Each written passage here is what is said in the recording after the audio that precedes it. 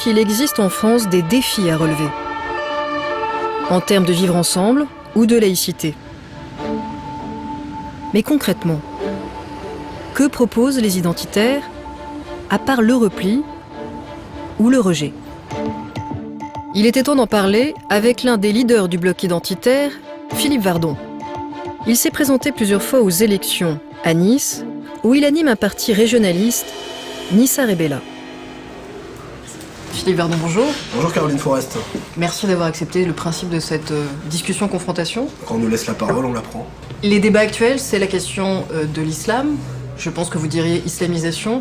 Mais au fond, est-ce que c'est vraiment votre sujet? Ou votre sujet à vous, c'est la question de l'immigration plus généralement? Notre sujet à nous, c'est la question de l'identité.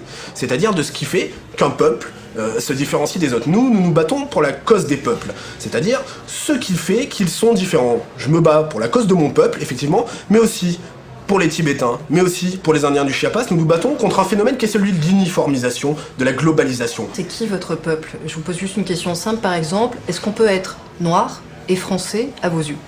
On peut être noir et une nationalité française, ça c'est une réalité qui est historique et qui est une réalité institutionnelle. Maintenant, un peuple, pour nous, ça recoupe toute une série de réalités qui sont des traditions, une culture et aussi, bien entendu, une dimension ethnique. Il se trouve que concernant ce que vous appelez les Noirs, il y a une réalité française qui est celle à la fois des anciennes colonies, mais aussi des dom-toms, donc des Noirs français, il y en a beaucoup.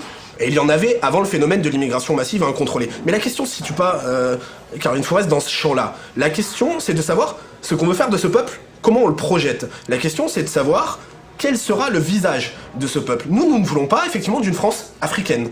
Nous ne voulons pas d'une France islamisée. Nous ne voulons pas d'une France arabisée. Vous considérez que s'il y a une modification ethnique de la France, ça n'est plus la France?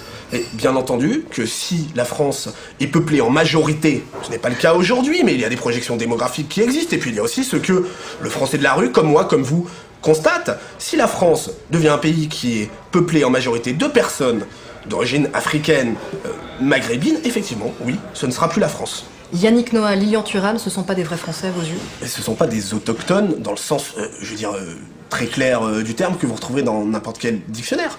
Parlons de Yannick Noah. Quelle est l'identité de Yannick Noah? Quel modèle représente-t-il? Yannick Noah nous dit, c'est formidable, je suis un métis, je représente deux identités. Moi je vois Yannick Noah qui fait de la musique africaine, qui se promène pieds nus et qui porte des dreadlocks. Je n'ai pas l'impression que ce soit le côté breton, si vous voulez, chez Yannick Noah, qui est vraiment pris le dessus.